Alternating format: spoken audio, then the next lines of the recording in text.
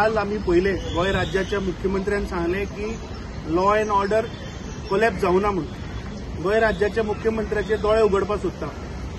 He elected panch from Velsao Pali इरोसी गांवची रुधिका आंताव. आमचो बाप Francis who is an elected panch, बाप Custodio who is an ex elected panch. आता एक मनीस Eliston Pinto who claims to be the having a political patronage हाका 6 महिने जाले फोन करून धमकी दिता, सामकी घाणेरडी लँग्वेज उलयता. महिला कडेन जी आय कांट इवन एक्सप्रेस अशी तो लँग्वेज उलयता. Now these people are struggling for past 6 months. डिसेंबराच्यान ताणें कंप्लेन फायल केल्ली, पुलीस स्टेशनाचेर 5 कंप्लेनी दिल्यो.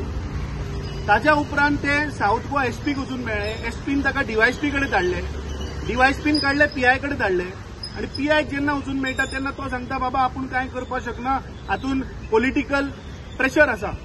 So this is what I want to point out to Mr. Pramod Sawant, that your law and order has collapsed because your police inspectors, your DYSPs and SPs are working under political pressures. So we have met, the delegation has met the Director General of Police and we have briefed him.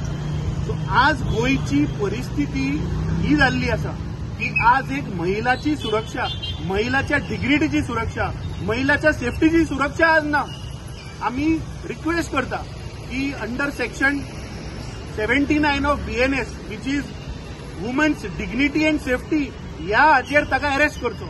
Section 356, section 222, section 291 आणि section 439 of BNS has to be put to this guy and such goondas जे आज गोयची सेंटिटी, गोय म्हणटा एक peaceful state आशिल्लो, आज गोयची सेंटिटी तोडपाक जे भायर सरल्या हांकां अरेस्ट करून भितर उडोवपाक.